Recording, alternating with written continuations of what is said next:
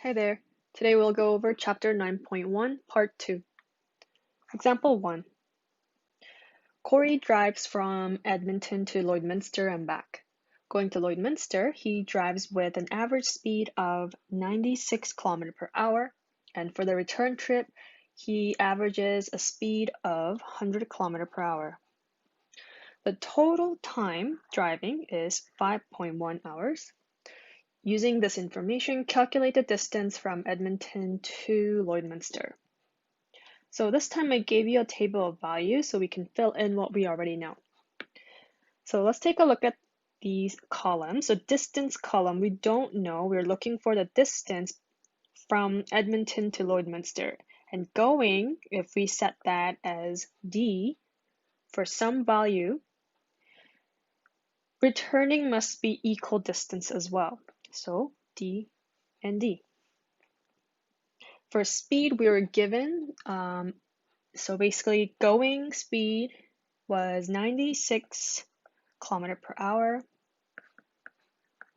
whereas returning, he averages a speed of 100 km per hour. We also know that the total time is 5.1 hours. So let's write it down. Total equals 5.1.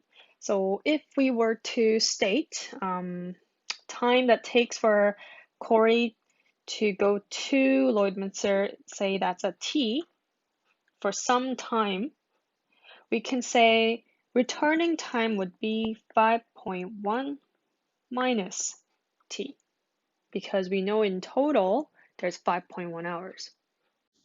Now that we've filled in all the values in the table, we can actually state two equations. Before we do that, we first need to recall back to the formula, such as speed equals distance over time. We need to use this because we have two unknowns, distance and time, and then this is how we're going to set up the equation. So speed for equation 1, let's actually label the first row as equation 1 and the second row as equation 2. So speed would be 96 km per hour equals some distance d over time t. That is our first equation.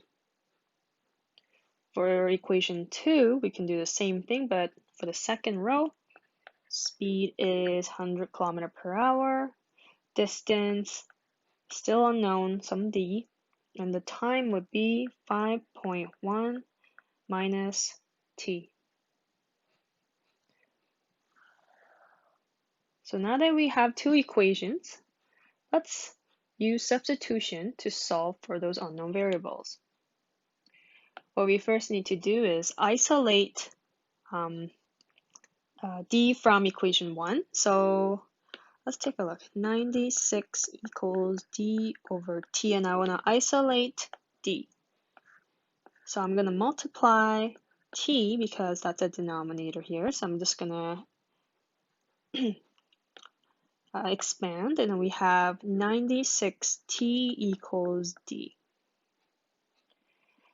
So we're going to sub this value, this expression, into the second equation, into d. Right? So we have 100 equals d over 5.1 minus t, and then actually here, instead of this, we can sub it straight into here and say 100 equals 96t all over 5.1 minus t. All right, so now that we have an expression with just one variable, we can actually solve for that variable. Before we do that, we do need to remove the denominator, so this one. So we're going to multiply the entire equation by 5.1 minus t. You're going to expand it to left-hand side and the right-hand side. So we get 100 times 5.1 minus t equals 96t. And again, because of these two terms inside the bracket, we do have to expand. So we get 510 minus 100t equals 96t. All right, next would be we have to take away, we have to actually collect the like terms now. We have two t's here, so like terms here. So let's add 100t on both sides. So we can put the t's together. And we have 510 left on the left-hand side and 196t on the right-hand side. Lastly, we're going to divide the entire equation by 196. And we should have t equals 2. Let me punch into my calculator. 2.6202. So you can round it up to 2 decimal places or 3, it doesn't really matter, but be consistent. Do not round up to 1 decimal place. All right, so we have our value for t. We're going to sub this back into, let's see, which one should we sub back in? Into this one here, because this equation gives us what d is right away. So let's say d equals 96t, and then we're going to sub that in. T equals to 2.602. So when you multiply them, you get 249.792. So D equals 249.792. So that is the work so far. And because it is a word problem, we do have to state it using the correct unit as well. So the distance from Edmonton to Lloydminster is 249.792 kilometers. And notice that we're only looking for the distance. So we're calculating distance from Edmonton to Lloydminster, so you just need to state final solution is that. Moving on to example 2. Nathan scored 76% on the multiple choice portion of his physics test and 62% on the written portion. For the entire test, Nathan scored 50 points out of possible 75. How many marks was each portion of the test worth? All right, so let's take a look at the table values here. The table gives you 3 columns, one multiple choice, written, and an entire test. All the possible points mean like what it is, and Nathan's points will be in the second row. 76% of the multiple choice portion. So if we say M is all the possible points for the multiple choice, and W is all the possible points for written, we know that Nathan's point for the multiple choice would be 76% of M, which is, when you convert that percentage to decimal, it's 0.76 times M. So Nathan's point would be only 76% of that possible points M. Same idea for the written portion. This time it's 62%, so 0.62 times W. And for the entire test, Nathan scored 50 points out of possible 75. So 50 points out of possible 75. It's time to set up 2 equations. So this time, unlike the previous example, we could actually just look at each row separately. This time, we can just say the possible points, the total would be 75, so M plus W would be 75. So number of multiple choice plus number of written question equals 75. So you just sum it up. And for the second equation, we do the same thing. So 0.76m plus 0.62w adds up to 50.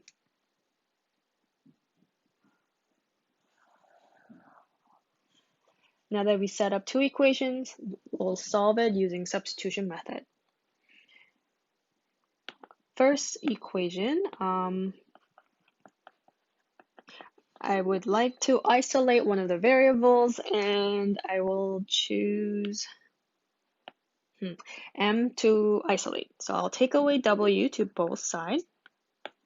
So we're left with m equals 75 minus w. We're going to sub this expression into equation 2. So let me just rewrite that as well. Actually, 6.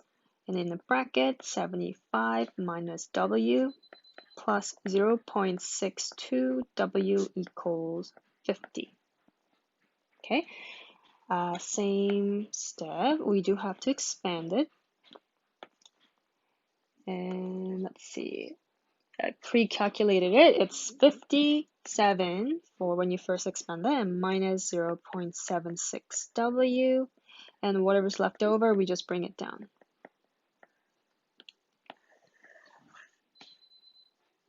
All right. Now this time we're going to collect the like terms. So basically these two. We can say 57 minus 0.14w. And this equals to 50. And because we are solving for w, we have to isolate it. We're going to take away 57 on both sides. We're left with negative 0.14w and then negative 7 on the right-hand side. Divide both sides by negative 0.14. And then you're left with w equals 50. All right, so we have found what w is, and w is number of possible points for written questions. Okay, so this time we plug it back into this equation here. So m equals 75 minus 50. So m equals 25. So this time they were asking for both variable. So we have to state it that there are 50 written questions, or actually is it written points,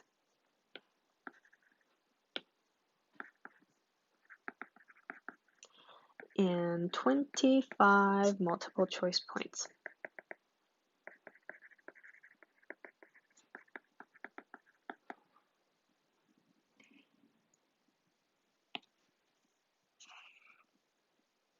So that's it for example 2. Example 3.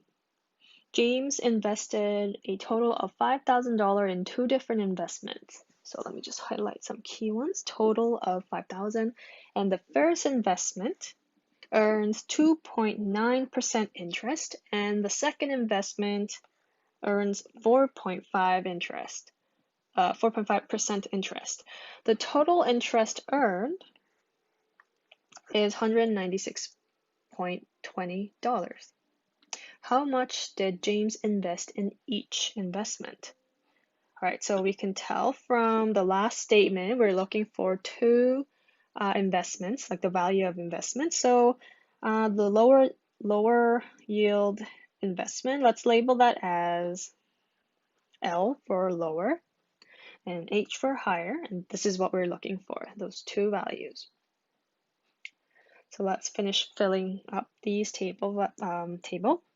So James invested a total of $5,000 in two different investments. So we know the total money invested was $5,000. Okay, and the first investment earns 2.9% interest.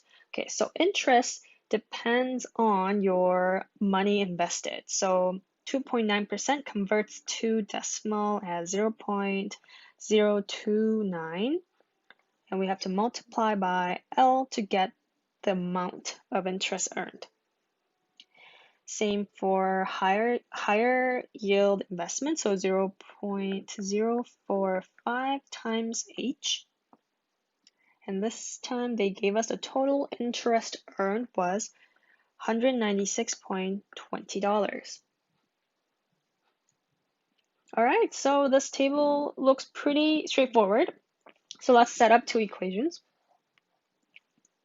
We know the total money invested equals 5,000, so we can just add the first row. So L plus H equals 5,000. And 0.029L plus 0.045L, H equals 196.20. All right, now that we have these two equations, we can solve by using substitution method. I'm going to isolate L from the first equation. So I'm going to take away H from both sides.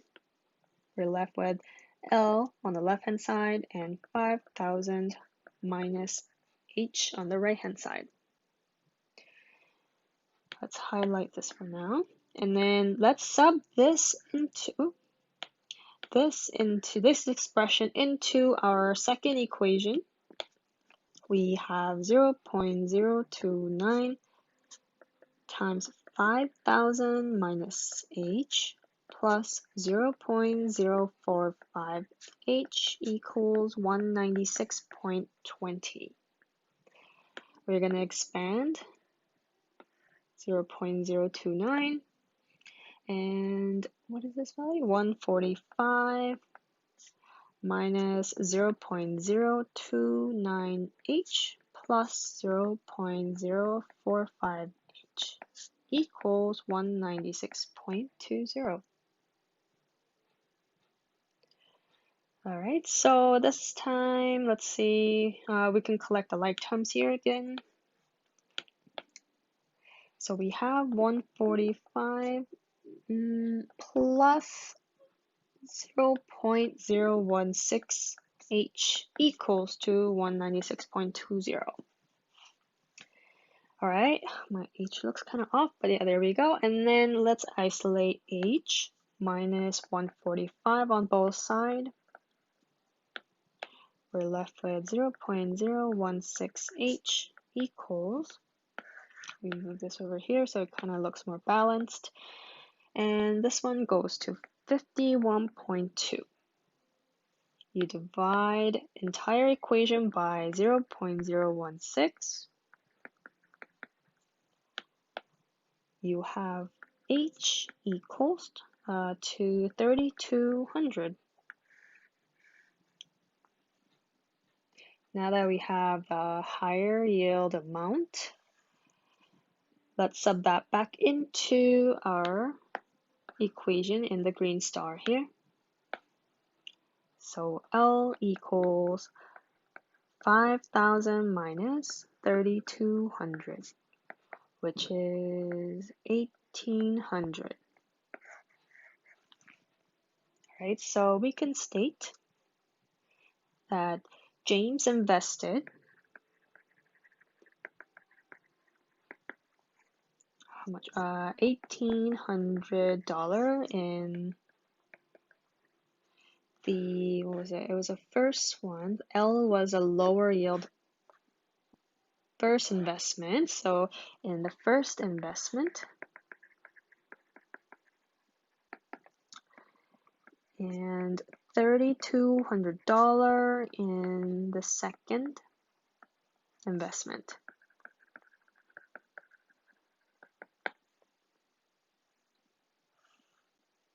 So that's it for example 3. Moving on to example 4. The system of equations, these two equations, and they have the solution of -2 and a. Determine the value of a and b. So notice that there's a b here. So we don't know what kind of value a and b are, so we're looking for those. We first need to understand that the solution, this is the value that gives us a valid statement when plugged into the equation. So that means that, for example, if I say -2 is value for x and a is a value for y, when you plug it into the equation, like say this is equation 1, then we should still have a valid equation. So say this equation 1 is x plus 2y equals 0, and we're subbing in x equal to -2 and y equal to a. We need to make sure this equation is valid. Then we're going to solve for a now. So we have to add 2 on both sides. We add 2a equals 2. We divide both sides by 2, and you're left with a equal to 1. We solved for a already. Now, this tells us that the solution set is actually -2 and 1. We're going to use this coordinate now plug it into the second equation, equation 2, to solve for b. So x plus 5y equals b, and we're going to sub in -2 plus 5 times y equals 1, so here we're looking for b. So -2 plus 5 equals b. So b equals 3. We can say that the solution for this is a equal to 1 and b equals 3. So that's it for 9.1 part 2. I'll see you guys in the next video.